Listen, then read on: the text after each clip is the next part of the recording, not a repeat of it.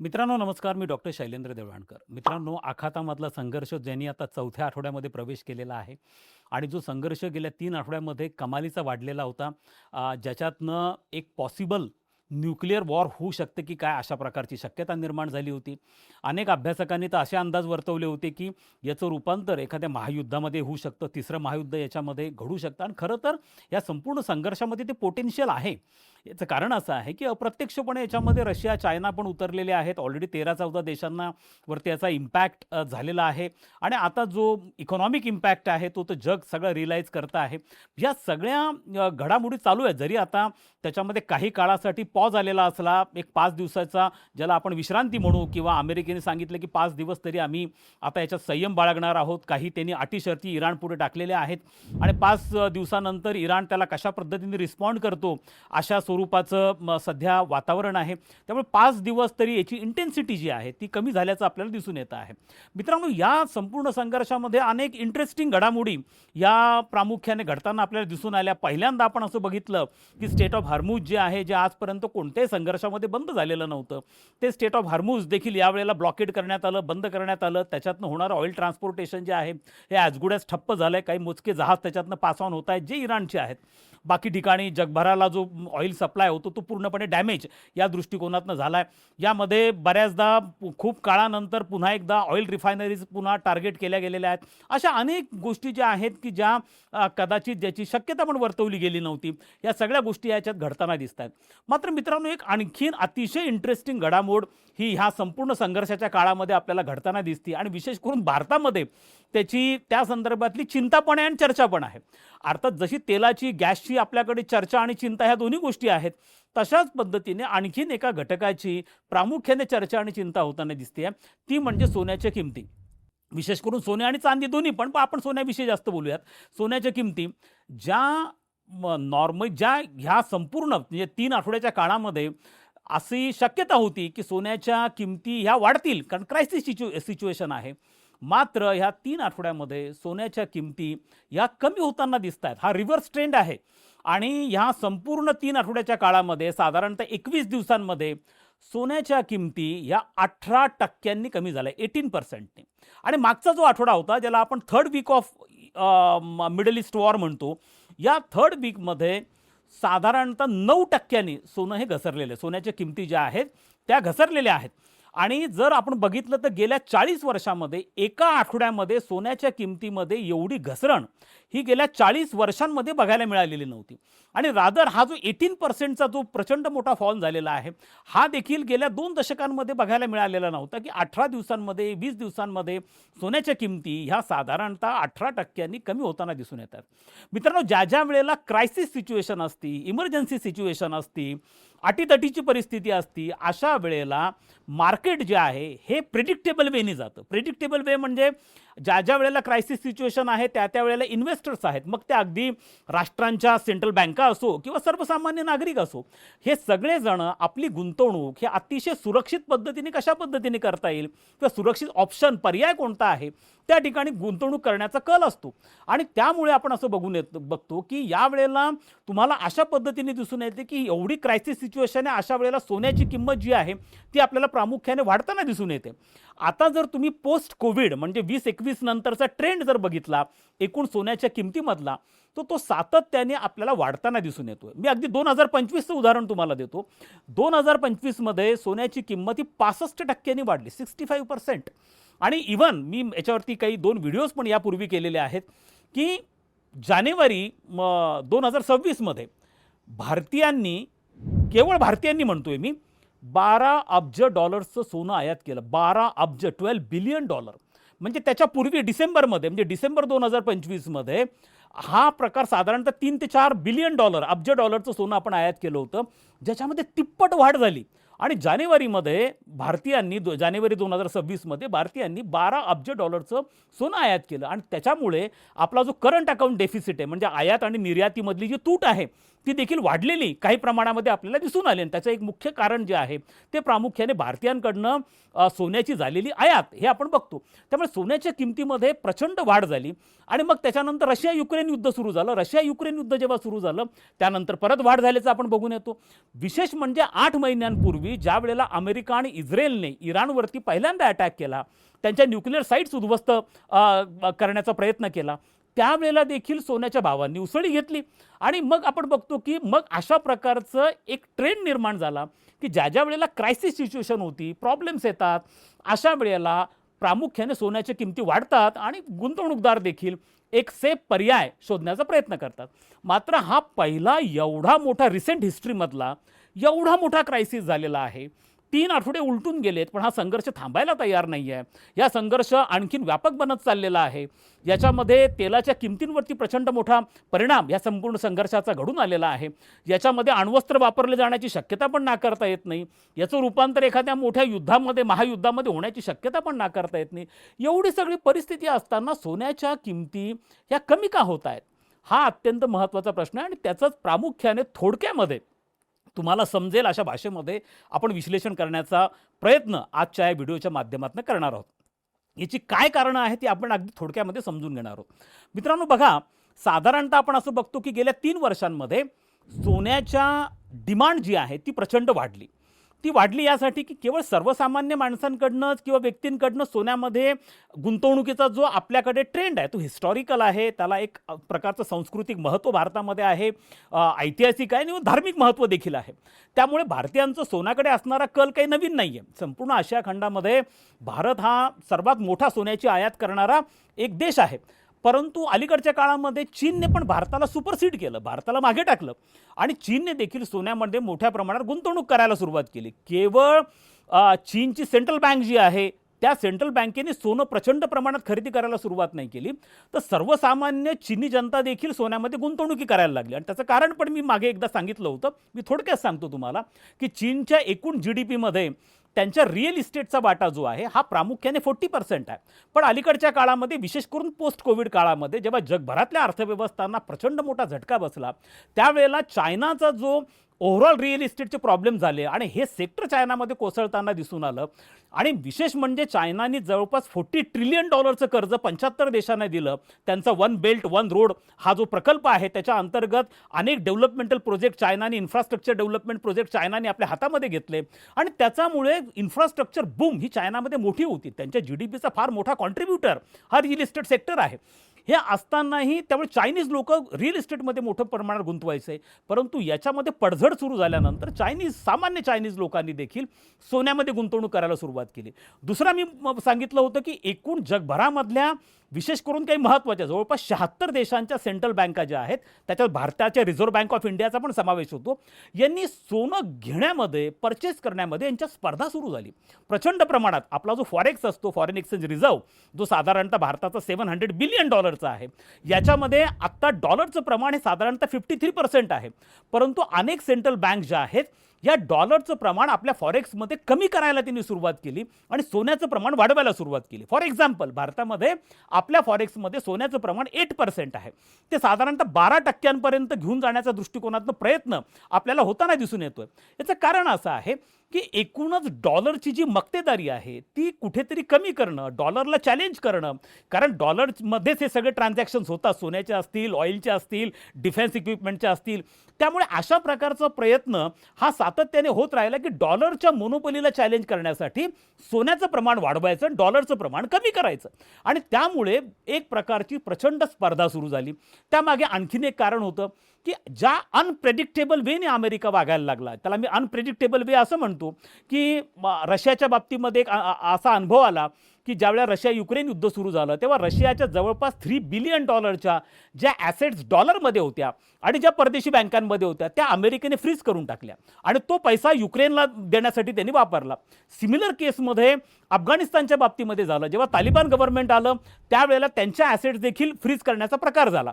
आता त्यामुळे एक पद्धतीची असुरक्षितता, थोडक्यात काही देशांनी अशा स्वरूपाने विचार करायला सुरुवात केली की उद्या जर आमच्या अमेरिकेबरोबर प्रॉब्लेम्स वाढले, काही तणाव निर्माण झाला तर उद्या अमेरिका पण आमच्या डॉलरमधल्या ॲसेट सीज करू शकतं.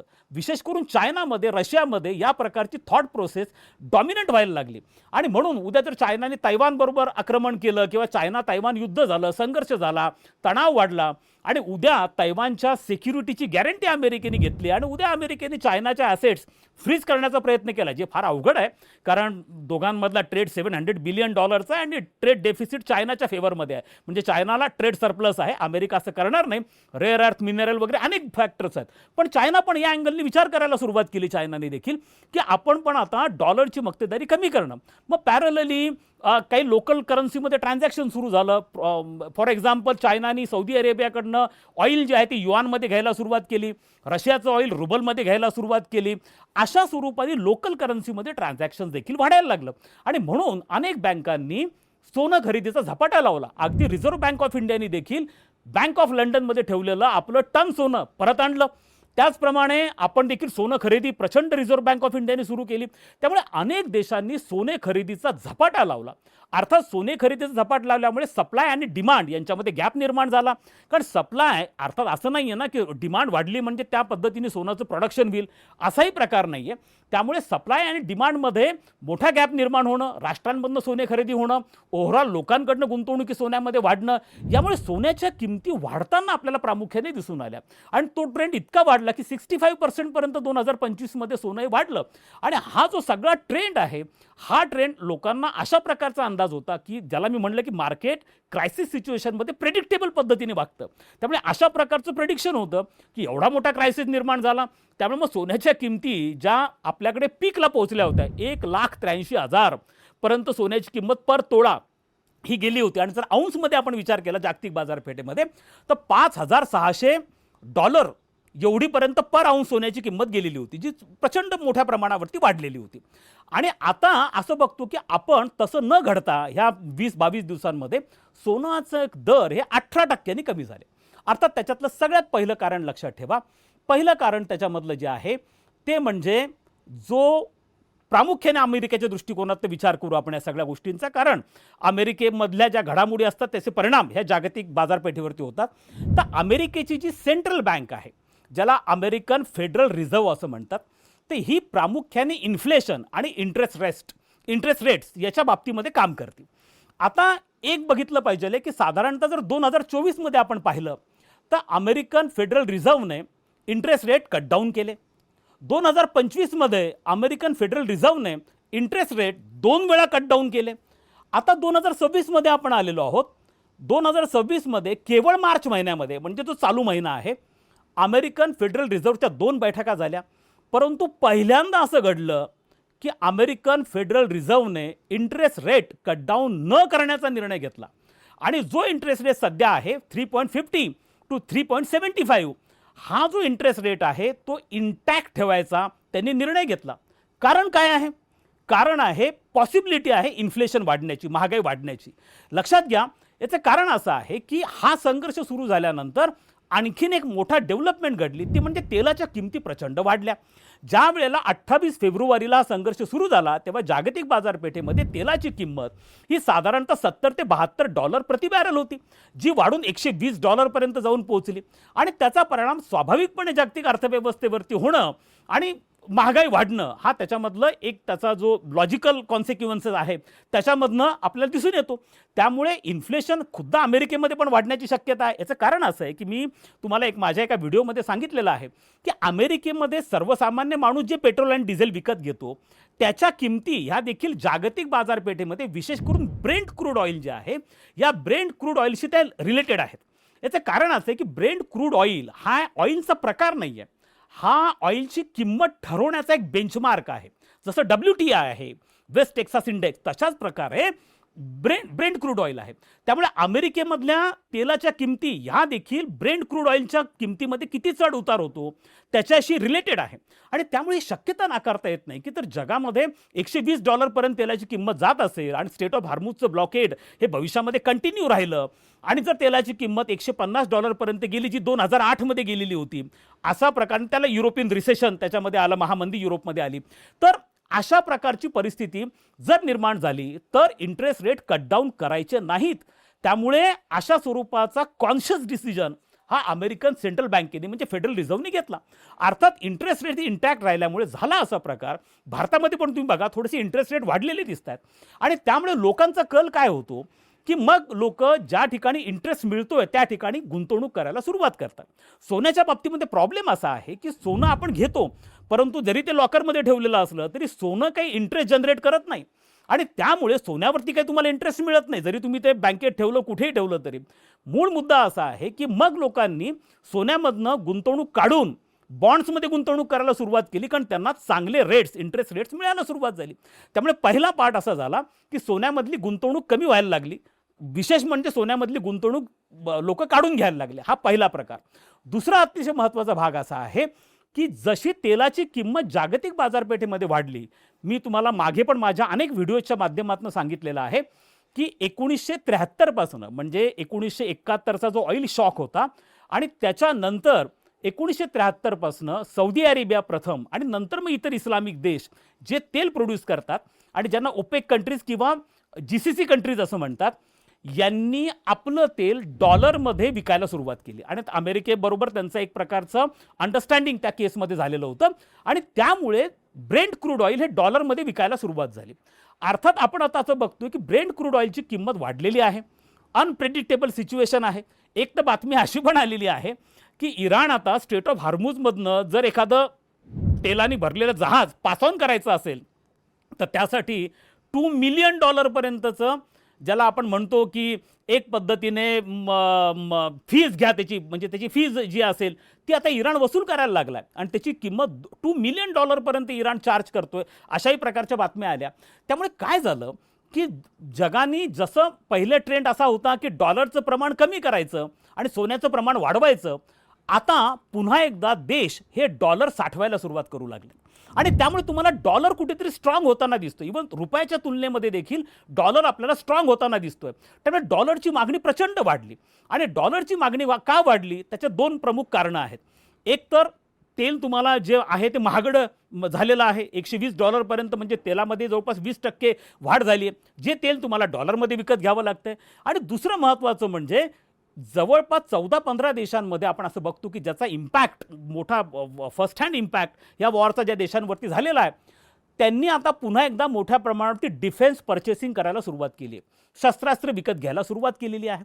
विशेष म्हणजे नुकताच एक रिपोर्ट असा आला की आता अमेरिकेचं जी डिफेन्स इंडस्ट्री आहे ती मोठ्या प्रमाणावरती अरब देशांना ते करार करतायत काही शस्त्रास्त्र विकत देण्याचे. आता हे शस्त्रास्त्रांचं जे ट्रान्झॅक्शन होतो, व्यापार होतो, तो डॉलरमध्ये होतो. त्यामुळे डॉलरची मागणी परत एकदा वाढताना दिसून येते आहे आणि सोन्याची मागणी कुठेतरी कमी होताना दिसते. त्यामुळे हे दुसरं महत्त्वाचं कारण आहे की डॉलरची मागणी वाढायला लागली. डॉलर थोडा स्ट्रॉंग बनताना दिसून येतो आहे. त्याच्या जे आपण रुपया आणि डॉलरच्या तुलनेमध्ये सुद्धा बघून आपल्याला दिसून येतं. तिसरं जे महत्त्वाचं कारण आहे ते प्रामुख्याने ज्याला प्रॉफिट बुकिंग असं म्हणतो की अचानक सोन्याच्या किमती भारतामध्ये 2025 पर्यंत म्हणा किंवा अगदी अलीकडच्या काळापर्यंत $1,83,000 पर्यंत सोनं चाललं गेलं होतं आणि त्यामुळे एवढ्या मोठ्या गेल्यानंतर लोकांनी ते विकून प्रॉफिट बुकिंग करायला सुरुवात केली आणि त्यामुळे प्रॉफिट बुकिंग हा देखील सोन्याच्या मधनं जे डिसइन्व्हेस्टमेंट व्हायला लागलेली आहे त्याच्या मागचं कारण हे आपण समजू शकतो. अर्थात याच्यामध्ये एक बाब अत्यंत महत्त्वाचा आहे की अजूनही चायनाने आपलं गोल्ड जे त्यांनी प्रचंड परचेस केलं आहे ते अजून विकायला सुरुवात केलेली नाही आहे. रशियाने जे 2021-22 पासून प्रचंड गोल्ड परचेस करायला सुरुवात केली आहे ते त्यांनी अजून विकायला सुरुवात केली नाही. आणि जगातले मेजर देश जे आहेत, विशेष करून डेव्हलपिंग कंट्रीज आहेत, ब्रिक्स नेशन आहेत, यांनीही अजून आपलं गोल्ड जे आहे ते विकायला सुरुवात केलेली नाही. अर्थात ह्या सगळ्या गोष्टी डिपेंड करतील की येत्या काळामध्ये हा संघर्ष, हा जो युद्ध आहे कोणत्या दिशेला जातं. म्हणजे 5 दिवसानंतर काही तडजोडी होतात का, इराण अमेरिकेमध्ये काही अंडरस्टँडिंग होती का. ज्या 2 अटी इराणने टाकलेल्या आहेत, 2 ते प्रामुख्याने 3 अटी आहेत. पहिली गोष्ट म्हणजे तुम्ही ह्या सगळ्या संघर्षाची नुकसान भरपाई आम्हाला द्या. दुसरं, आमच्या विरुद्ध जे आर्थिक निर्बंध टाकलेले आहेत अमेरिकेने ते पूर्णपणे काढून घ्या. आणि तिसरं, अमेरिकेने आपला गाशा हा आखातामधनं गुंडाळायचा, आपले मिलिटरी बेसेस बंद करून टाकायचे, एअर बेसेस बंद करून टाकायचे. या 3 अटी ज्या इराणने ठेवलेल्या आहेत आणि अमेरिकेकडनं जी अट ठेवली गेली की स्टेट ऑफ हार्मुझमध्ये इराण किंवा इराण पुरस्कृत संघटनांकडनं अटॅक ऑइलच्या टँकर्सवरती व्हायला नको. अर्थात याच्यामध्ये काही मध्यम मार्ग निघतो का, काही तडजोडी होतात का, अशा प्रकारे त्याच्यावर डिपेंड करतं. नसता 5 दिवसांनी हा संघर्ष वाढू शकतो, कारण इस्रायल आणि इराण यांनी परस्परांच्या न्यूक्लिअर साईट्स आता अटॅक करायला सुरुवात केली. डिमोना जी इस्रायलची न्यूक्लिअर साईट आहे ती इराणकडनं टार्गेट झाली आणि इराणची जो नितांज म्हणून जी आहे नतांज म्हणून त्याच्यावरती इस्रायलकडनं अटॅक सुरू झालेला आहे. त्यामुळे हा संघर्ष न्यूक्लिअर वॉरपर्यंत जाऊ शकतो का हे पुढचे काही दिवस आपल्याला सांगतील आणि त्याच्यावरती गोष्टी निर्भर करतील की तेलाची किंमत ही पुन्हा वाढती की काय, $150 जाते की काय. इंटरेस्ट रेट फेडरल रिझर्व्ह आता परत एकदा फेडरल रिझर्व्ह पुढच्या महिन्यामध्ये भेटणार आहे, म्हणजे त्यांची मिटिंग होणार आहे. त्याच्यामध्ये इंटरेस्ट रेट कमी होतात का हा पार्ट आहे. तिसरं, चायना, रशिया आणि मेजर ज्या देश आहेत ज्यांनी सोनं प्रचंड साठवून ठेवलं आहे ते आपलं सोनं विकायला काढतात का. या सगळ्या गोष्टींवरती निर्भर करतील की भविष्यामध्ये सोन्याच्या किमती कशा पद्धतीने असतील. परंतु आपल्याला अलीकडच्या काळामध्ये साधारणतः 20 ते 30 वर्षांमध्ये पहिल्यांदा अशा प्रकारचा प्रवाह दिसून येतोय की ज्या वेळेला क्रायसिस सिच्युएशन आहे, इमर्जन्सी सिच्युएशन आहे, अनप्रेडिक्टेबल सिच्युएशन आहे, असं असतानाही सोन्याच्या किमती ह्या आपल्याला कमी होताना दिसून येत आहेत.